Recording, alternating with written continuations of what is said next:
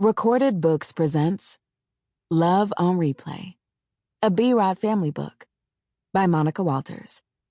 Narrated by Winston James and J.Y. Kora. Prologue. Anissa. Anissa! Come open the door, baby. I need you. I was sitting at my kitchen table, trying to eat a late dinner. I didn't leave work until late, almost 2 hours later than usual. The post office was working the dog shit out of my ass, and I was just about ready to retire. I had 1 more year, and I would be done with this shit. I dropped my spoon and my bowl of gumbo and went to the door. Dexter, please leave. It was the same shit. At least once a week, my ex-husband showed up on my doorstep, begging me to open the door. We were married for nearly 20 years when I divorced him. We had a good life together, and I just knew we would grow old together. However, when his mother died, something in him died right along with her. It started out as him popping pills to cope or smoking a blunt. It didn't take long for that to stop working, though. Within 2 years of her death, he'd become a full-fledged crackhead. I'd done everything I knew to do to try to help him.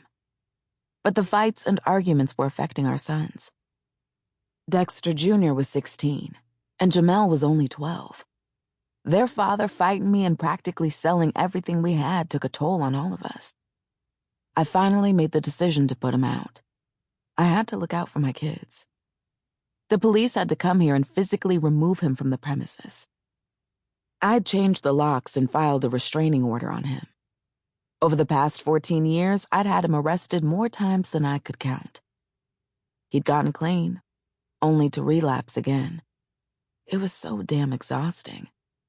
Now here he was at 8 o'clock, banging on my door, probably fresh off a binge. He'd been back on the streets for the past couple of years and had made my life a living hell. Truth be told, every day without the man I fell in love with was hell. Nisa, please, baby. I just need some help. I'm gonna get myself cleaned up and I'm gonna do right by you. Dex, please don't make me call the police. I don't want to see you go to jail. Just go. Well, fuck you. You supposed to love me, but whenever I need you, you always want to call the fucking police. That's all you ever do. After all I did for you, I gave you everything I had, and you turned your back on me, bitch. When the glass broke out of the window on the other side of the room, the alarm went off. He started banging on my door again, begging me to turn it off. When he saw I wasn't budging to disable it, he ran. As my cell phone rang, I went to it. I knew it was probably the police. Hello? Hello, ma'am. Do you need a unit to come out? They were probably tired of seeing my address. Dexter was always doing stupid shit to trip the alarm. He left, so no. Thank you. Are you sure? I'm sure. I'm going to call my son. DJ would probably be here in a little bit anyway. Whenever the alarm went off, he was notified as well. Okay, we'll send a Unabridged to check the premises anyway. Thank you. I ended the call as I checked out the damage to my window.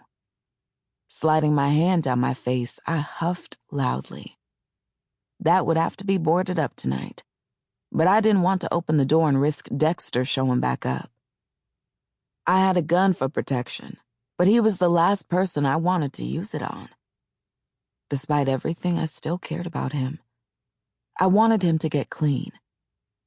Counseling nor rehab seemed to help him, and I could only attribute it to his desire to do better. It wasn't there. He didn't want to do better, and until he did, we would be fighting a losing battle trying to force him to. I walked to my couch, flopped down on it for a moment, and lowered my face to my hands, allowing the tears to escape. After 14 years, I still hadn't healed from the heartbreak because of shit like this. He was constantly in and out of my life. I was allowing it because I wanted him to get better. I hated him at the same time, though. Well, I knew he was hurting from the loss of the only parent he knew. He Sample complete. Ready to continue?